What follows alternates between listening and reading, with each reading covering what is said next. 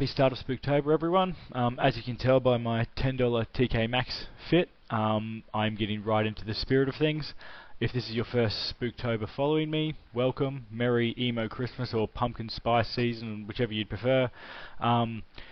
Every year I stupidly spend copious amounts of my time watching a horror movie every day of October and then reviewing them. This year I have a pretty intimidating list, to be honest, but that also makes me pretty damn excited. My rules for the annual Watchfest are as follows. I only watch movies that I haven't seen yet. I usually watch them at night. I usually don't watch the trailers before I go in. I'm usually sober, unless it's something that you need to be drunk for, like Hausu, I'm looking at you. And I usually watch them alone, unless of course it's out in the movies, then I'll try to drag some friends along if I can. But this is the first year I'm filming all my reviews, so please bear with me. I am hoping to get one out every single day, but I'm still fairly new to this whole like video YouTube thing. And of course I chose this year of all years to start because I have a very adorable but very demanding 11-week-old. So I'm going to do my best. I'm a new dad who needs sleep anyway, right? I'm pretty bad at self-promotion, but I will say if you do like these and want to follow along, please subscribe to the YouTube. Last year Facebook did some weirdness with the algorithm and I got lots of people contacting me asking if I was still doing reviews, even though I'd basically done one. I did one every day of October. So the best place to see them is at YouTube. If you do want a written review, I will also start a letterbox so you can go through and read them, and I'll link them in the show notes of the YouTube.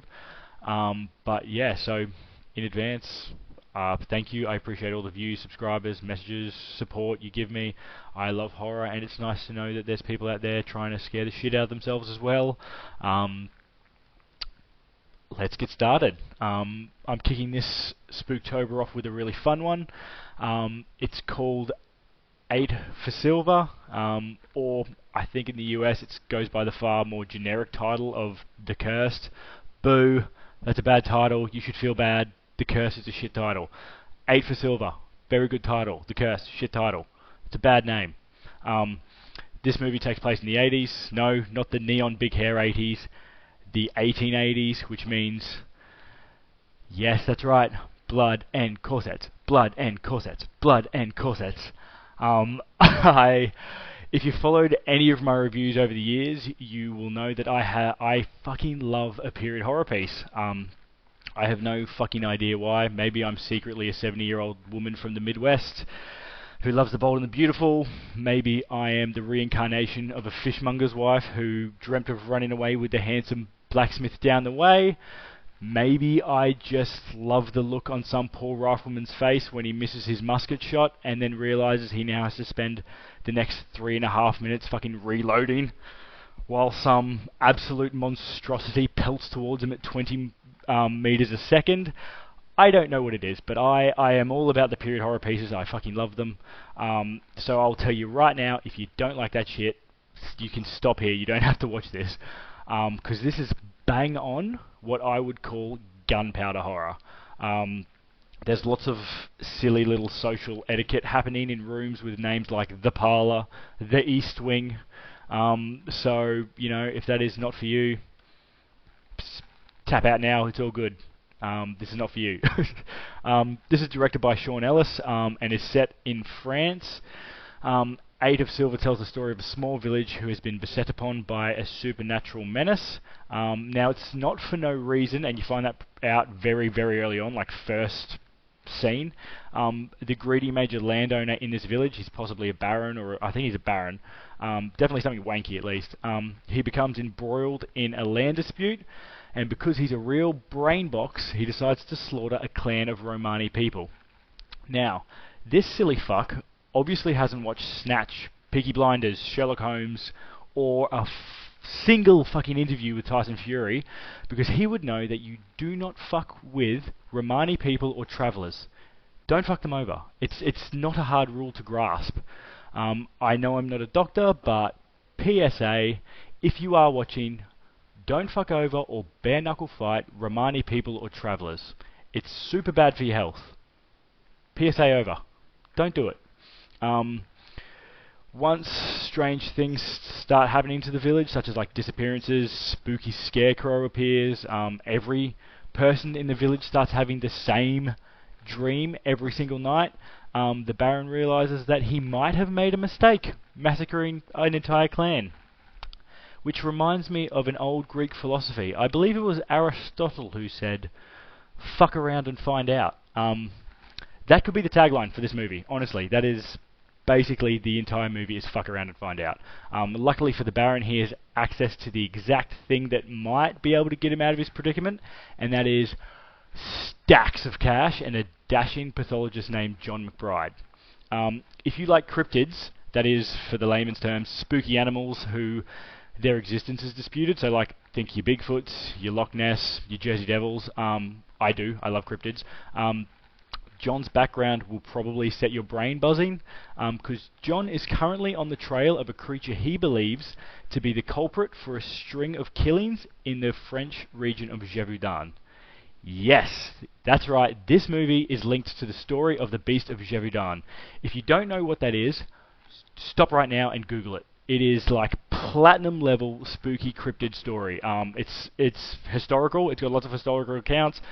And honestly, when I saw this had something to do with that, I was fired the fuck up. It's like a big wolf creature, like 100 people in France. Have a look at it. It's crazy. Lots of YouTube videos, lots of movies are based on it. It's fucking awesome. If you're a classic monster fan like myself, this movie is definitely worth your time. It should be talked about way more. It's one of the best takes on an old school monster movie I've seen in years. They didn't do all CGI either. They did practical animatronics, and they just like seasoned them with CGI, and I think that works well most of the time. They also do something really cool. They play with the lore a lot, the classic lore and life cycle of the offending monster.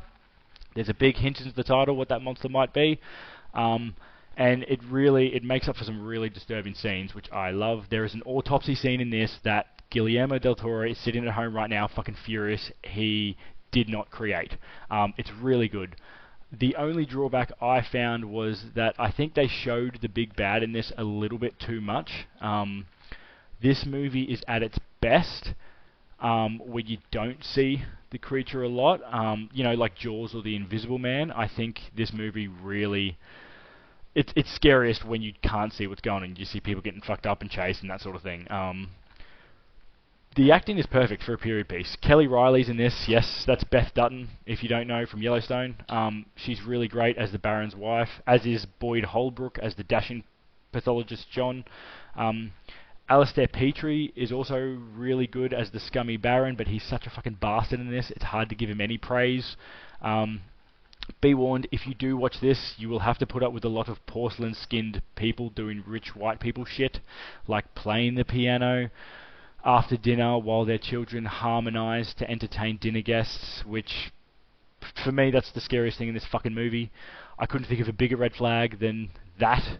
How that practice survived the French Revolution, I will never know. That is, for me, that's like top 3 beheadable offences, right next to not returning your shopping cart and keying someone's car.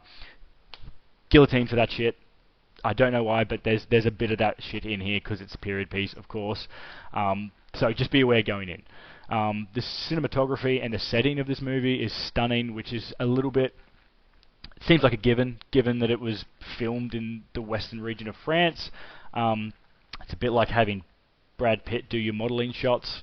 You'd have to be really fucking bad to fuck that up completely. But given it is a horror film, I do like to point that out because I think horror in beautiful places is such a great juxtaposition, so when they do it well, I do like to point it out. Who would I recommend this for? I would recommend this for, if you love classic monster movies, this is for you. If you love classic monster hunt movies, Van Helsing, The Ghost in the Darkness, Finding Nemo, classic monster hunting movies. Gunpowder horror. If you like horror set around this period of time, the 100-Year War, this is that. Victorian horror even drifts a bit into there. This could be for you. Don't watch this if you don't like horror movies. If you hate period pieces, how dare you? But not for you, I get it. all in all, I'm stunned that I haven't come across this movie before, considering I fucking love period pieces and monster movies. This is them together. It is a little bit slower paced, but that's because it's a period piece. It can't all be shots of monsters tearing people apart and women's bare ankles, you absolute delinquent. You don't want to get everyone riled up. If you like monster films, fear not. I've got way more lined up for Spooktober, which I'm pretty excited about. And if you also like monster films, give this one a watch. Give this one a watch. Or if you're going down a Beast of Shepparton rabbit hole, if you've watched YouTube videos or podcasts on it, or any cryptids really, hit me up. Let me know what you think. Let me know what you think of this film. Remember, 8 for silver or The Cursed if you buy it from an American site. I don't know why. It is on. I rented it on Amazon Prime. It's good. It's fucking good. It should be talked about more. I mean, if you like monster movies, this is one of the better ones I've seen in years. So yeah, let me know what you think. I'll see you tomorrow for another review. Peace.